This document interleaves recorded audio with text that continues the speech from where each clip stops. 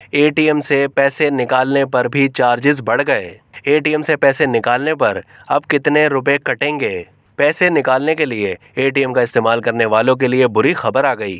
अपने बैंक के अलावा दीगर बैंकों के एटीएम से पैसे निकालने पर सार्फिन के लिए चार्जेस में इजाफा कर दिया गया है। अगर आप ऐसे बैंक की एटीएम मशीन से पैसे निकाल रहे हैं जहां आपका अकाउंट नहीं है, तो अब वहां आपको 23 रुपये 45 पैसे अदा करने होंगे। इससे पहले अपने बैंक के अलावा दीगर बैंकों के एटीएम से पैसे निकलवाने पर सार्फिन को 18 रुपये 75 पैसे अदा करने पड़ते थे।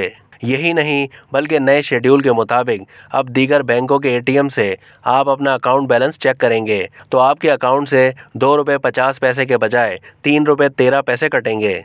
बताया जा रहा है कि मुल्क में एटीएम से पैसे निकालने पर बढ़ाए गए चार्जेस रवां साल दिसंबर तक नाफिजुल अमल रहेंगे। अब तक के लिए इतना ही। मज़ीद मालूमात के लिए डेली जंग के यूट्यूब चैनल को सब्सक्राइब कीजिए और फेसबुक के पेज को भी लाइक कीजिए।